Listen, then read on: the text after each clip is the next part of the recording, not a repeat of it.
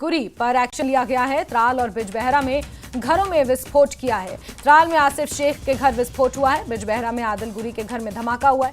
दोनों आतंकियों के घर में विस्फोटक थे। दोनों पहलगाम आतंकी हमले में शामिल थे, जिनके स्केच आप देख रहे हैं। जहां एक तरफ बिजबहरा में आदिल गुरी के घर पर यह विस्फोट हुआ है, दोनों के घरों में विस्फोट थे। और वहीं दूसरी तरफ आपको बता दें कि आसिफ शेख जो त्राल का रहने वाला था, वहां पर भी उसके घर को विस्फोट से उड़ाया गया है। तो दो तस्वीरें देख रहे हैं आप, ये त्राल और बिजबहरा की तस्वीरें हैं, जहां दोनों आतंकवादी जो पहलगाम हमले में शामिल थे, उनके घरों में ये विस्फोट हुआ है। उन्हें विस्फोट से उड़ाया गया उनके घरों को। ये डोमेस्टिक आतंकवादी थे। यहीं पर रहकर इन्होंने यहीं पर आने वाले सैलानियों और निहत्थे निर्दोष लोगों पर यह हमला किया, आतंकवादी हमला किया। और इस हमले में वो शामिल थे, टीआरएफ की मदद कर रहे थे। इससे पहले भी आसिफ शेख की अगर बात करें तो सुजवान हमले के दौरान लश्कर को मदद करने में, माफ कीजिए, जैश ए मोहम्मद को मदद करने में, जैश ए मोहम्मद को हथियार सप्लाई करने में आसिफ शेख का नाम सबसे टॉप पर था। और अभी भी जो स्केच सामने आए हैं उसमें आसिफ शेख जो त्राल का रहने वाला है, उसके घर में यह विस्फोट हुआ है। उसके घर को पूरी तरह से तबाह किया गया है।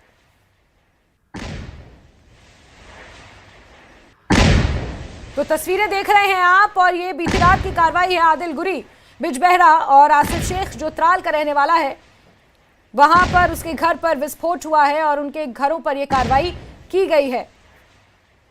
जो टीआरएफ के साथ जुड़े हुए थे और समय समय पर आतंकी संगठनों की मदद करते थे। 2018 में आसिफ शेख के बारे में जानकारी मिली है कि वो एक्टिव हुआ था, उसके बाद पाकिस्तान चला गया था और वहीं से आतंकवादी गतिविधियों को अंजाम देता था। और फिर टीआरएफ में उसने किस तरह से कश्मीर में अशांति फैलाने के लिए टीआरएफ का सहयोग किया, जैश ए मोहम्मद जैसे आतंकी संगठनों की मदद की। टीआरएफ की अगर बात करें, 2019 में टीआरएफ को स्थापित किया गया था। लश्कर तौबा का एक मुखौटा है टीआरएफ, और पाकिस्तान का मुखौटा है, ये कहें तो शायद गलत नहीं होगा, क्योंकि टीआरएफ जैसे छोटे आतंकी संगठनों के आड़ में ही पाकिस्तान इस तरह की साजिशों को रचता आया है। 2023 में टीआरएफ को हालांकि बैन कर दिया गया था, आतंकवादी संगठन घोषित करके इसे बैन कर दिया गया था। टीआरएफ प्रमुख शेख सज्जाद गुल आतंकी घोषित किया गया था, लेकिन उसके बाद भी बाज आने को तैयार नहीं है। और ग्राफिक्स के जरिए आपको देखिए जानकारी दे रहे हैं कि किस किस साल में किस तरह के हमलों को टीआरएफ ने अंजाम दिया है। टारगेट किलिंग पर टीआरएफ का फोकस था। अनुच्छेद 370 हटने के बाद टीआरएफ की कुछ गतिविधियां सामने आई थी, जिसमें कश्मीरी पंडितों को निशाना बनाया गया था। इसके अलावा आपको साल 2023 के 1 जनवरी का ढांगरी का वो अटैक याद होगा, जब कुछ इसी तरह सिमिलर तरीके से आधार कार्ड पहले मांगा गया और उसके बाद ढांगरी के उस गांव में अटैक किया गया।